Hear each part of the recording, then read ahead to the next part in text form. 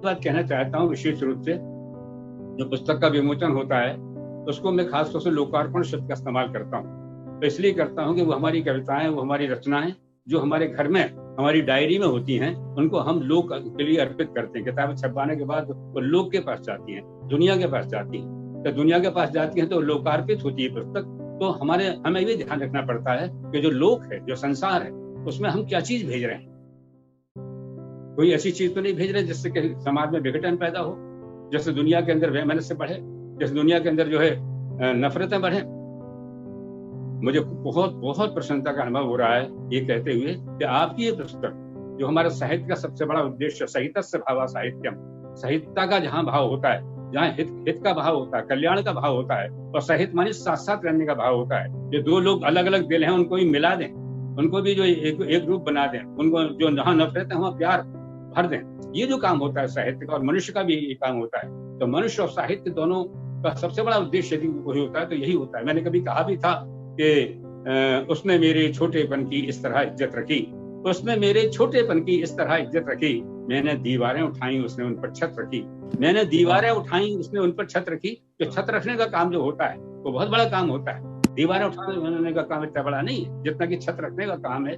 और ये बड़ी बात होती है, हम सारे संसार को एक छत के नीचे ले आए, सारे संसार को एक जगह ले आए, एक प्रेम की दुनिया में हम ले आए, प्रेम के गेहे में हम ले आए। इससे बड़ी और क्या बात हो सकती है। तो मैंने आगे ये भी कहा था कि उसने मेरे छोटेपन की इस तरह इज्जत रखी, मैंने दीवारें उठाई उसने उन पर छत रखी, और क्यों हथेली की लकीरों से हैं आगे उंगलियां।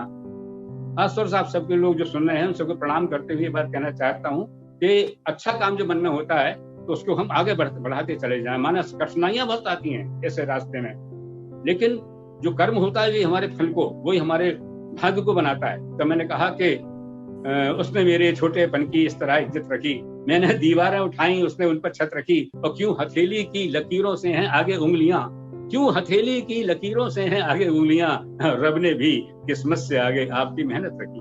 तो आपकी जो मेहनत है, हमारी सबकी जो मेहनत है, वही हमारा भाग्य निर्मित करती है। इसलिए जो है मेहनत को और पूरे लगन के साथ, पूरी निष्ठा के साथ और पूरे प्रभाव के साथ, और ये देखते हुए कि समाज के लिए तो हम क्या दे रहे हैं, ये बात दिमाग में रखते हुए जब हम कहते हैं कोई बात, तो बड़ी बात होती है। तो मुझे इसलिए बहुत बड़ी प्रसन्नता का अनुभव हो रहा है इस समय कि इस पुस्तक के अंदर इस प्रकार की चीजें हैं। ये पुस्तक अपने आप में एक नमूना है इस बात का, प्रमाण है इस बात का कि वो सारे लोगों को इकट्ठा करना चाहती है। उस पुस्तक के माध्यम सारी दुनिया एक होना चाहती है। ये एक होने का जो उद्देश्य है वो बहुत बड़ा, और आपके मन के अंदर ये बात जागी। ये जागना भी कोई छोटा मोटा काम नहीं होता है, प्रभु की कृपा से ये बातें जागती हैं। मैंने ये भी कहा था कि किसी भी काम को करने की चाहें पहले आती हैं। आपके मन में चाह जागी, किसी भी काम को करने की चाहें पहले आती हैं। अगर बच्चे को गोदी लो तो बाहें पहले आती हैं।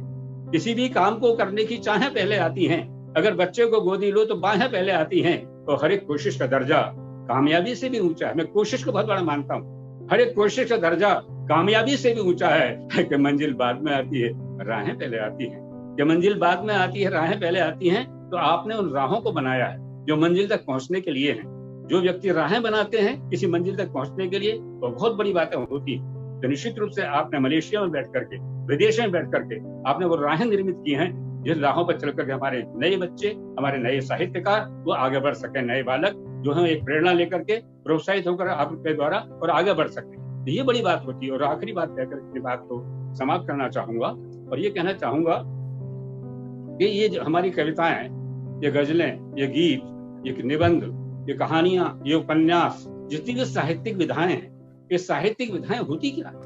इन सबको अगर एक नाम दिया जाए तो वो सब रचनाएं कहलाती हैं। ये सारी रचनाएं हैं, चाहे कहानी हो, कविता हो, उपन्यास हो, जो सब सारी की सारी ये रचनाएं हैं। और रचनाएं तो क्रिएट करने का काम है। जैसे ब्रह्मा इस सृष्टि की रचना करता है, उसी प्रकार से कवि को जो साहित्यकार को आसन दिया गया है वो ब्रह्मा का आसन दिया गया है। ब्रह्मा भी वो जो है रचनाएं करता है।